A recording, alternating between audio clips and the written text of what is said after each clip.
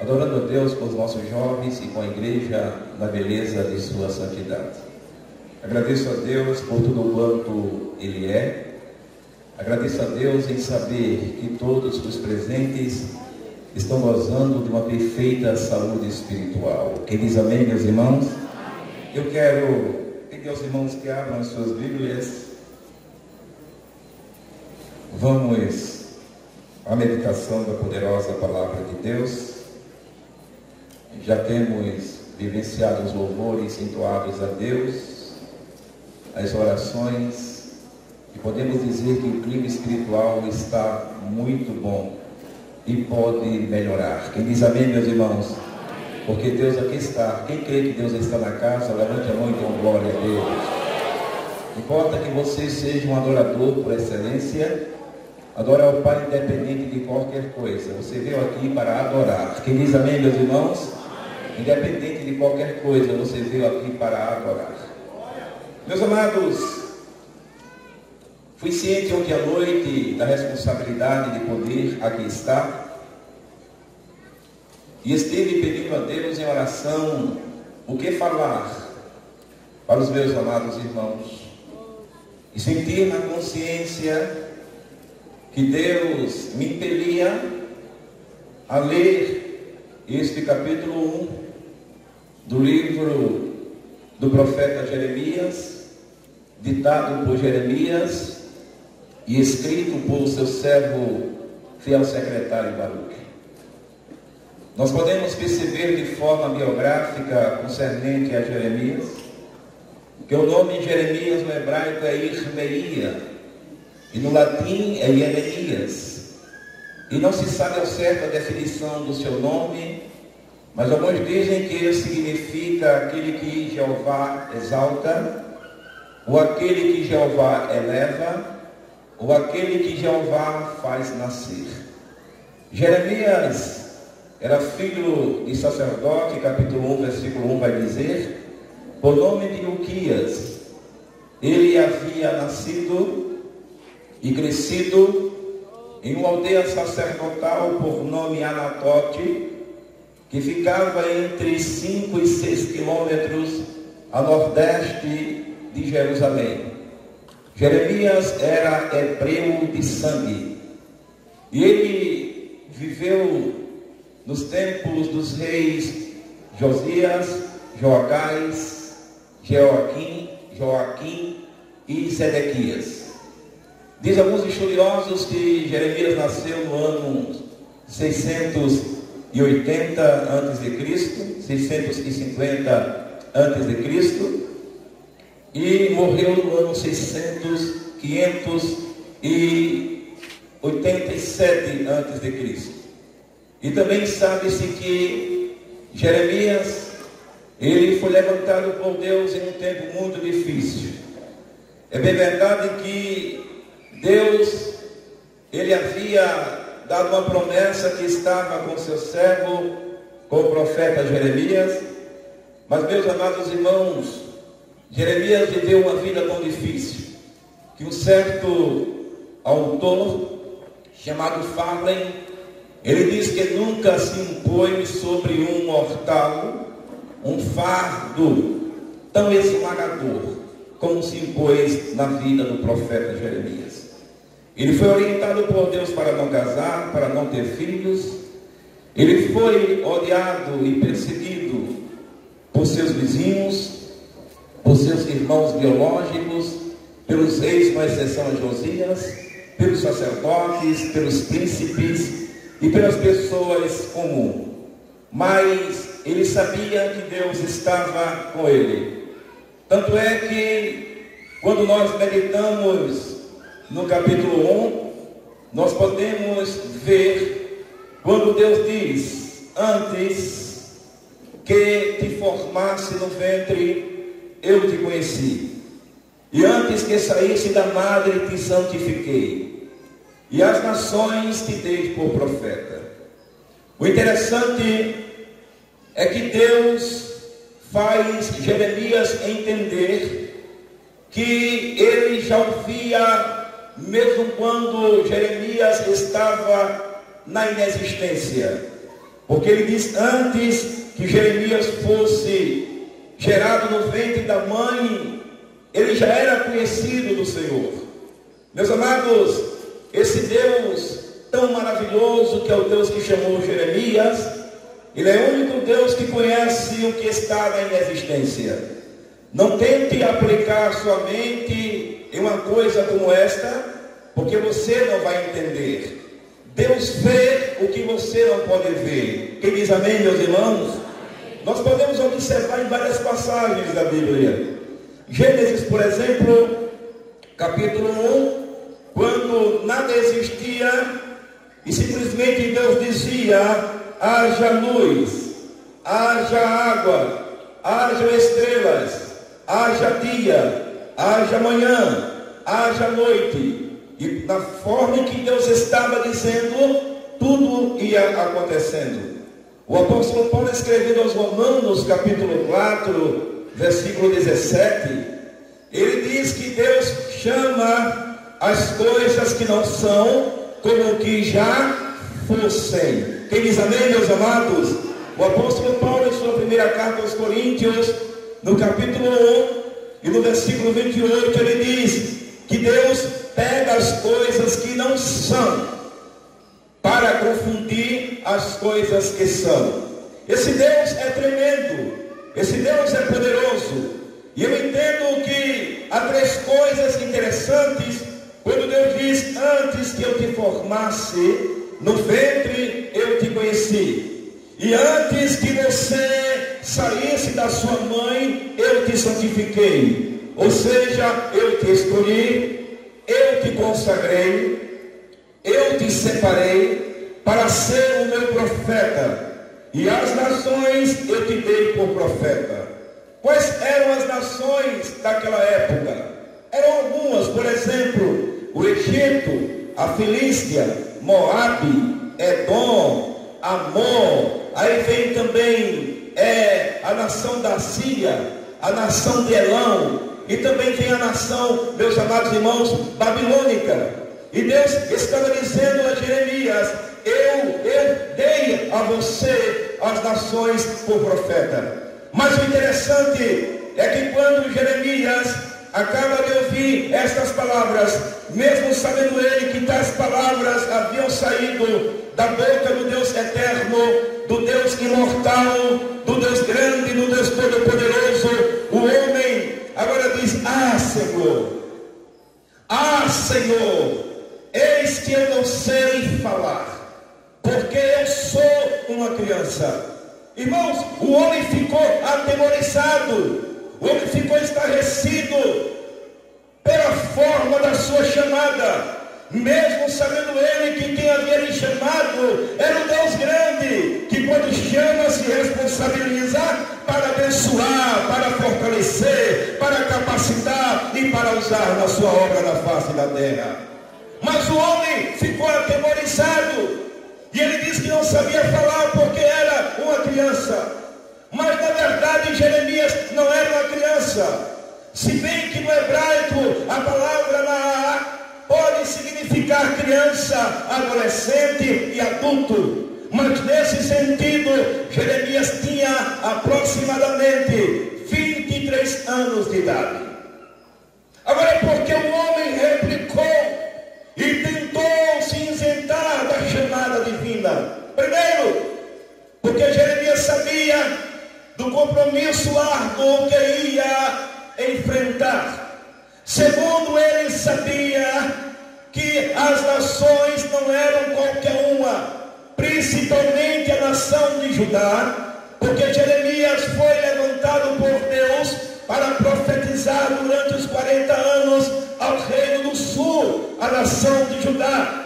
Porque na proporção que a nação do reino do norte, Jerusalém, estava atolada na idolatria, logo a sua leivosa irmã Judá, ao invés de clamar a Deus em oração e não fazer as mesmas práticas, fizeram as mesmas coisas.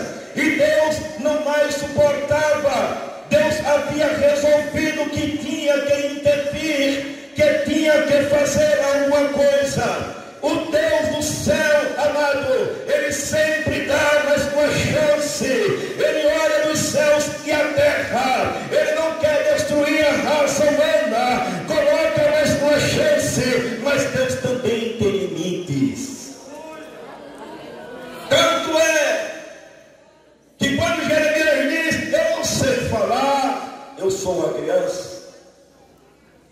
dizendo que uma criança inocente, uma criança indefesa, uma criança inexperiente, uma criança imatura. Mas foi Deus que estava o chamando. E Jeremias não foi o único a tentar excusar-se da responsabilidade. Houve outros, como por exemplo Moisés. No capítulo 2 do Êxodo, Moisés, já com 40 anos, saiu para visitar os seus irmãos e viu dois irmãos brigando, aliás, um hebreu e um egípcio brigando com ele. E Moisés foi aconselhar, mas não teve jeito. Moisés olha de um lado para o outro, tira a vida daquele moço e o expõe na terra.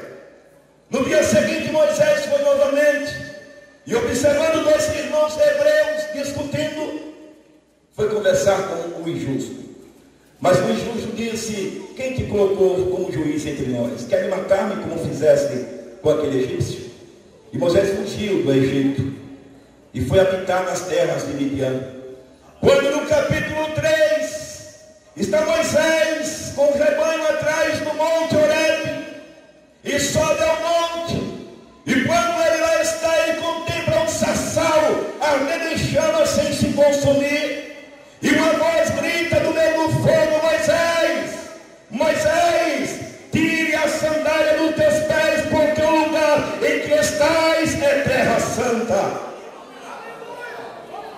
Deus estava se revelando a Moisés, porque ele tinha uma responsabilidade grande para fazer através de Moisés.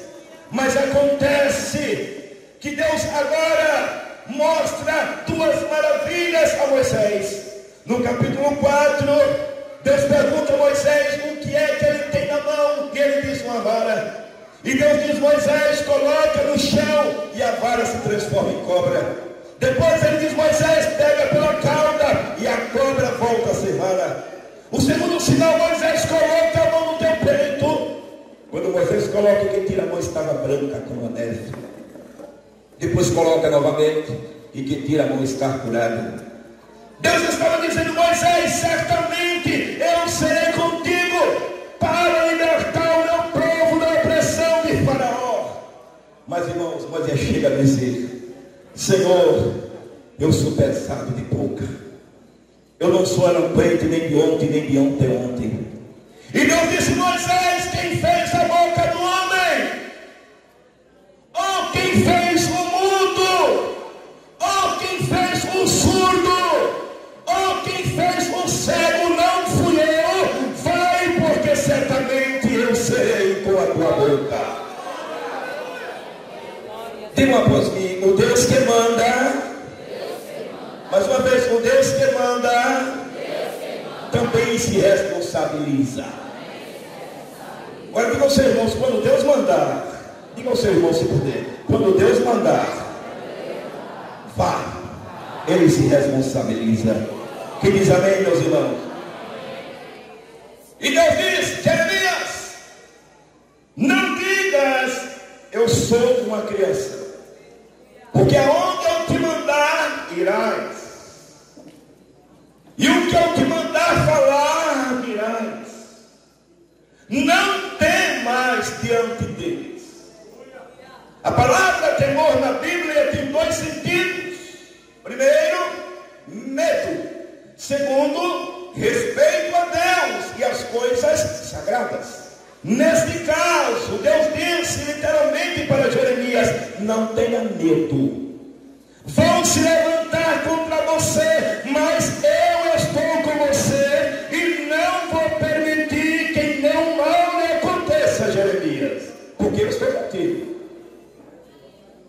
Mas, amados, eu quero ambientar.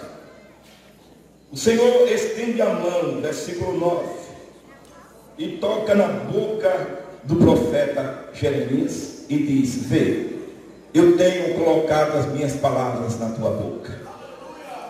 Jeremias agora entende que quem capacita para a obra de Deus é o próprio Deus, que é o dono da obra. Jeremias agora entende, nós entendemos o que Paulo diz: versículo 5, Paulo diz: não que sejamos capazes por nós mesmos de pensar alguma coisa, mas a nossa capacidade vem de Deus, a tua capacidade vem de Deus, a minha capacidade vem de Deus, a nossa capacidade vem de Deus.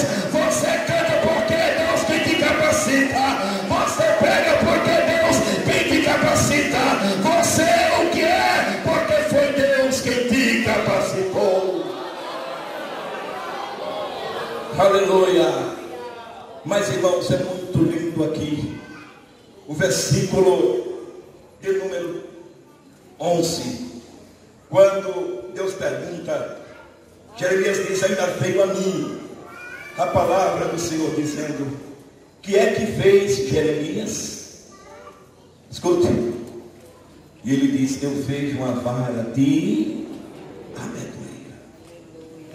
E Deus diz: vistes bem, porque eu fero sobre a minha palavra para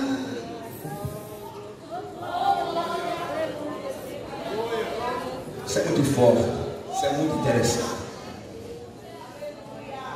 Quando Jeremias vê esta vara de amendoeira, e o Senhor lhe diz: viste bem, porque eu fero sobre a minha palavra para cumprir.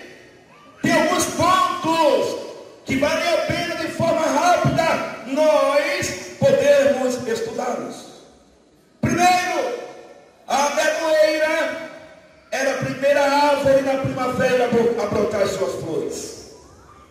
Segundo, quando Deus diz: viste bem, porque eu fero sobre a minha palavra para cumprir, é que o nome amêndoa tem a sua raiz hebraica e significa apressar-se, e significa urgência, pressa.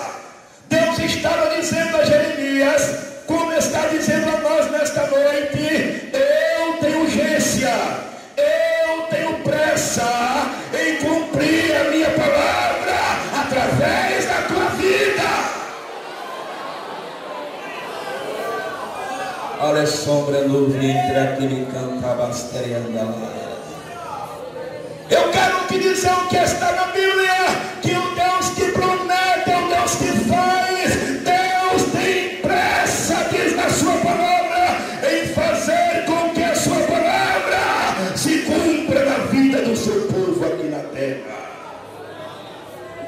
Amados, quando nós meditamos isto, em segundo lugar, Deus estava dizendo: Jeremias, esta pressa eu tenho, para que o povo saibam e entendam que eu estou em ação, governando e controlando tudo e todas as coisas. Nada foge do controle de Deus. Tanto é que o seu poder é ilimitado.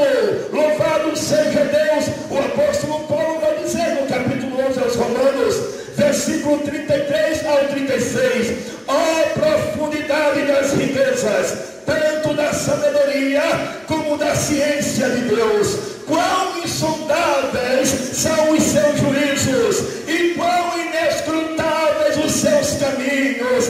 Quem compreendeu, quem intentou, quem projetou a mente do Senhor? Quem foi o seu conselheiro? Ou quem a ele deu primeiro, para que ele fosse recompensado? Porque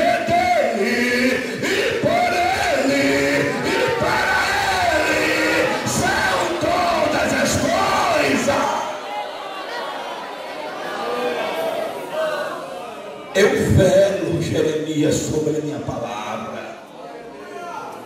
Este velar aqui literalmente significa: eu guardo, eu cuido, eu protejo. Aleluia. Olha o que Deus está me fazendo sentir para te dizer que a promessa dele na tua vida está em pé.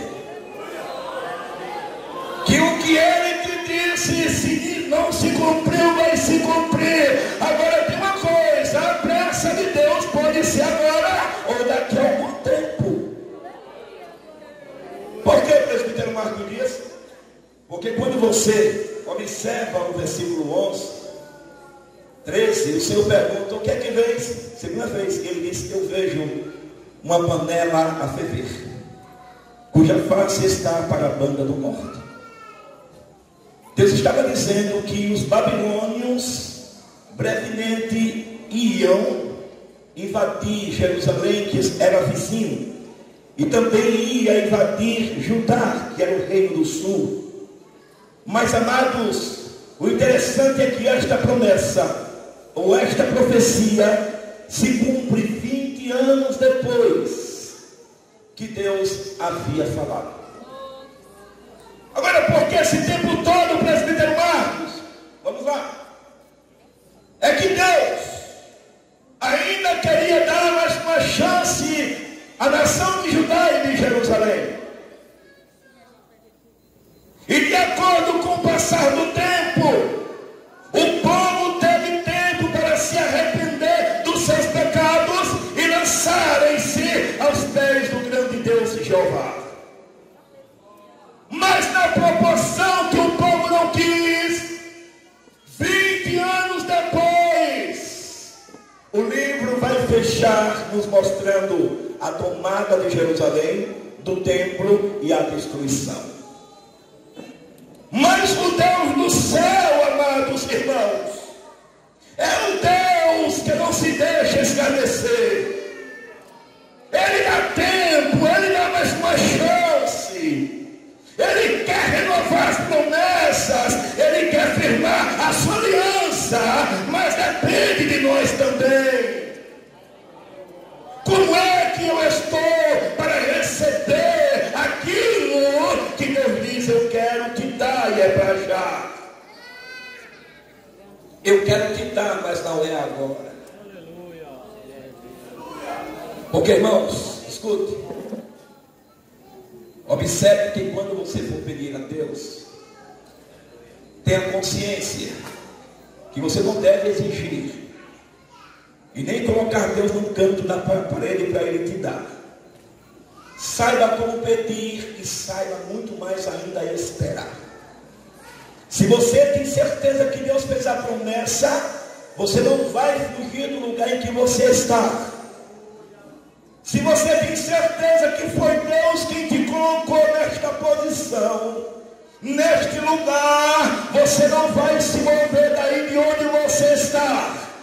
Porque Deus disse a você em sonho, Deus me revelou usando a boca de alguém, que grande é a obra que irá fazer na tua vida. Mas Deus quer espaço no teu coração, e é por esta causa que Ele te trouxe aqui nesta noite para te falar esta palavra. Meu filho, eu sei que você é incapaz, eu sei que você não tem possibilidade, mas é o Deus que manda no céu e manda na terra. Trouxe o meu servo nesta noite para te dizer: eu conto com você, eu estou contigo e vou te dar vitória. Quantos creem na vitória de Deus na sua vida? Quantos creem que nesta noite Deus fará algo novo na vida de alguém? Levante a mão se puder e dê um brado de glória a Deus. Nada para Deus é impossível. O nosso Deus é grande e poderoso demais. Paulo diz aos Efésios capítulo 3, versículo 20, que o nosso Deus, Ele é poderoso para fazer tudo e muito mais abundantemente, além daquilo que pedimos ou pensamos, segundo o poder que em nós opera. Lembre-se que o que desce de cima é Deus quem te dá aqui na terra. Tiago 1:17 diz: toda boa dádiva, todo dom perfeito, vem do alto, descendo do Pai das luzes, em quem não há mudança, nem sombra de variação. Deus vai fazer, o milagre vai acontecer, e pode ser hoje, pode ser agora, pode ser aqui neste momento. Você crê no milagre de Deus?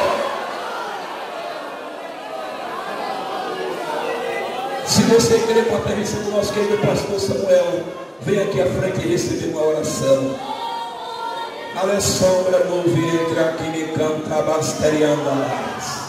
Se você crê que Deus te trouxe nesta noite aqui para renovar aquela aliança contigo e firmar a promessa que Ele fez, você disse: Senhor, você disse, eu vou desistir, eu vou procurar o meu pastor e vou renunciar à minha responsabilidade, porque eu não sou capaz de fazer. Eu me sinto pequeno demais. Eu não sei falar. Eu não sei me apresentar como é de praxe. Mas o Deus do céu nesta noite te diz: quando eu fui te buscar lá nas brenhas, eu não procurei saber nada de você, porque eu já te conheço. Quando eu fui te chamar nos matagais, naquela palafita, naquela favela, tu vivias no meio de pessoas cujo convívio era difícil, mas eu te trouxe com a minha grande mão, te batizei com meu Espírito, te lavei no meu sangue, te coloquei na minha obra, a promessa está de pé.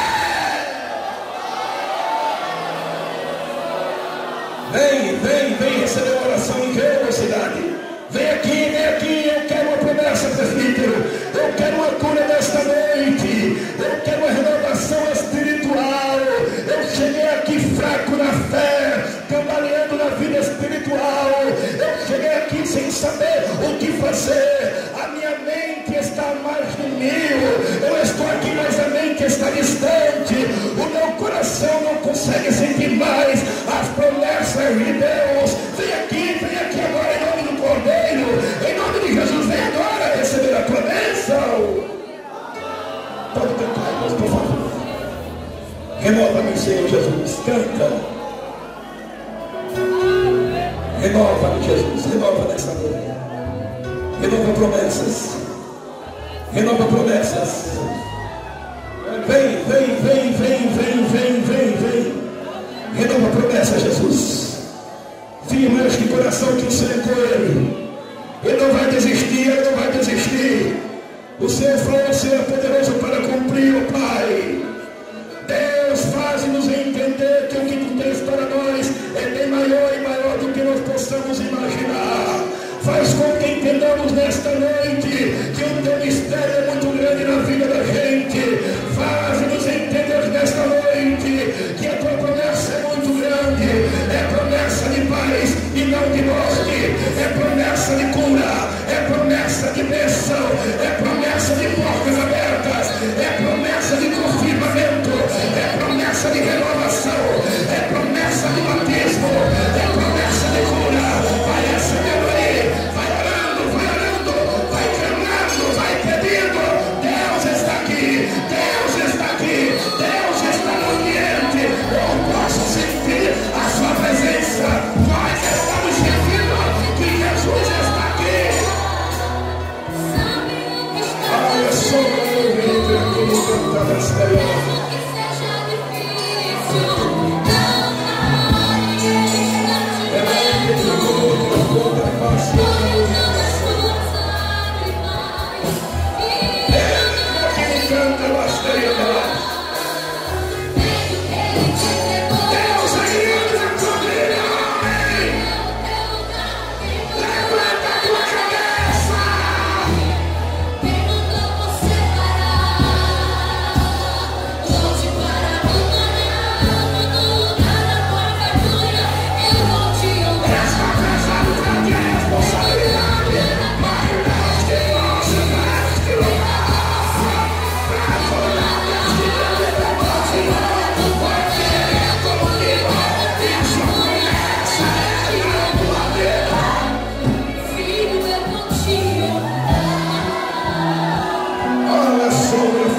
Face entre a luz. É noite entre a comunicação, entre aquele que canta basteria. Nessa memória em nome do Cordeiro. É encerramento de festividade. Olha a tua boca, Deus do Senhor. Deus,